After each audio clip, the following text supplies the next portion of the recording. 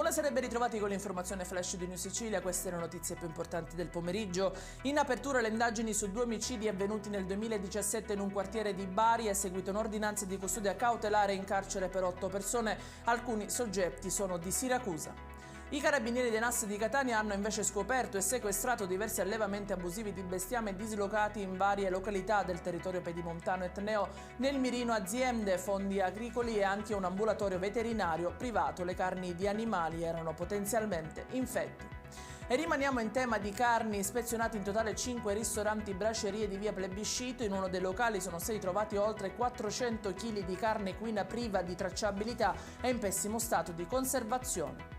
Storia a lieto fine, quella che arriva dall'Ennese per una donna che ha partorito prima di arrivare al pronto soccorso. È successo a Barrafranca. Una giovane mamma residente del posto avrebbe dovuto dare alla luce una bimba all'ospedale Umberto I di Enne, invece è nata in ambulanza. E in chiusura il meteo, nessuna allerta diramata per domani dalla Protezione Civile, si prevedono condizioni meteo stabili. In mattinata il cielo sarà parzialmente nuvoloso in diverse province, invece nelle ore pomeridiane si andrà incontro a maggiori schiarite. Ed è tutto per questa edizione. I dettagli su queste notizie li trovate come sempre sul nostro sito www.newsicilia.it e sui nostri canali social. Arrivederci e a domani.